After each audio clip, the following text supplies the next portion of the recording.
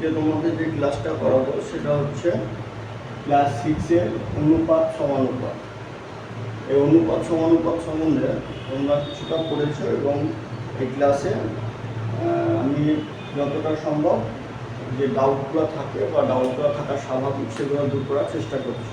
দেখো, অনুপাত সমানুপাত আগে জানতে হবে কাদের অনুপাত সমানুপাত করা যায় এবং তাদের অনুপাত সমানুপাত আমরা অনুপাত হিসাবে তাদেরকে প্রকাশ করতে পারি।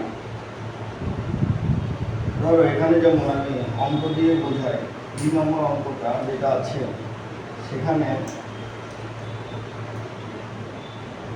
কত বলেছে, আমি আজ সারাদিন কতক্ষণ খেলেছি। এটা একটা সময় চেয়েছে, সময়। আমার ভাই কতক্ষণ খেলেছে, এটা একটা সময়। মানে এই সময় দুটো একই ধরনের রাশি, সেই জন্য এখানে প্রশ্ন চেয়েছে নিচে কোন কোন ক্ষেত্রে অনুপাত তৈরি করা সম্ভব। তাহলে এখানে অনুপাত তৈরি করা সম্ভব, তাহলে এটা অনুপাত তৈরি করা সম্ভব। কেন?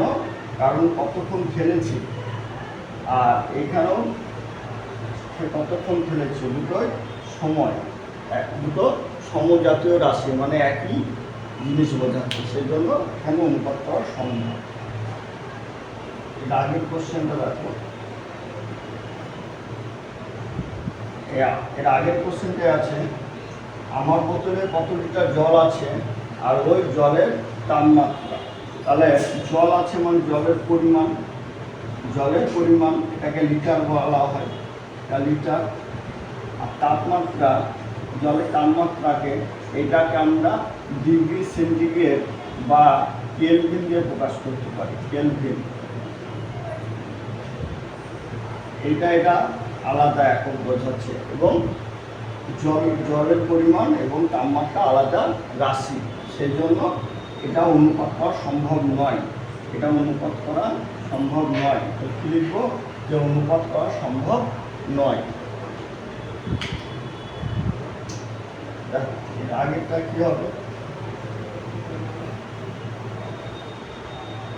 এখানে বলেছে আমার কাছে কত টাকা আছে, টাকা, আর কত টাকা খরচ করেছি, এটাও টাকা। তাহলে দুটো একই ধরনের রাশি এবং একই একক, সেই জন্য এটা অনুপাত করা সম্ভব। তাহলে এই ক্ষেত্রে অনুপাত করা সম্ভব। এর আগেরটা যদি বলি তাহলে কি করবো, দেখো বিয়ের আগেরটা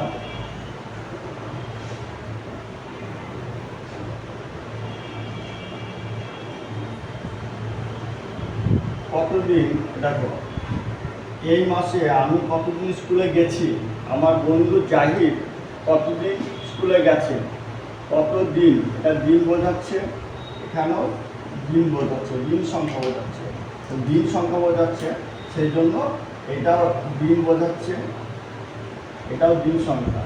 তাহলে একই ধরনের রাশি হচ্ছে, এটাও দিন, এটাও তাই। তাহলে এখানে অনুপাত করা সম্ভব। এটা কি লিখবো, অনুপাত করা সম্ভব বা অনুপাতে প্রকাশ করা যাবে। একদম প্রথমটা দেখো,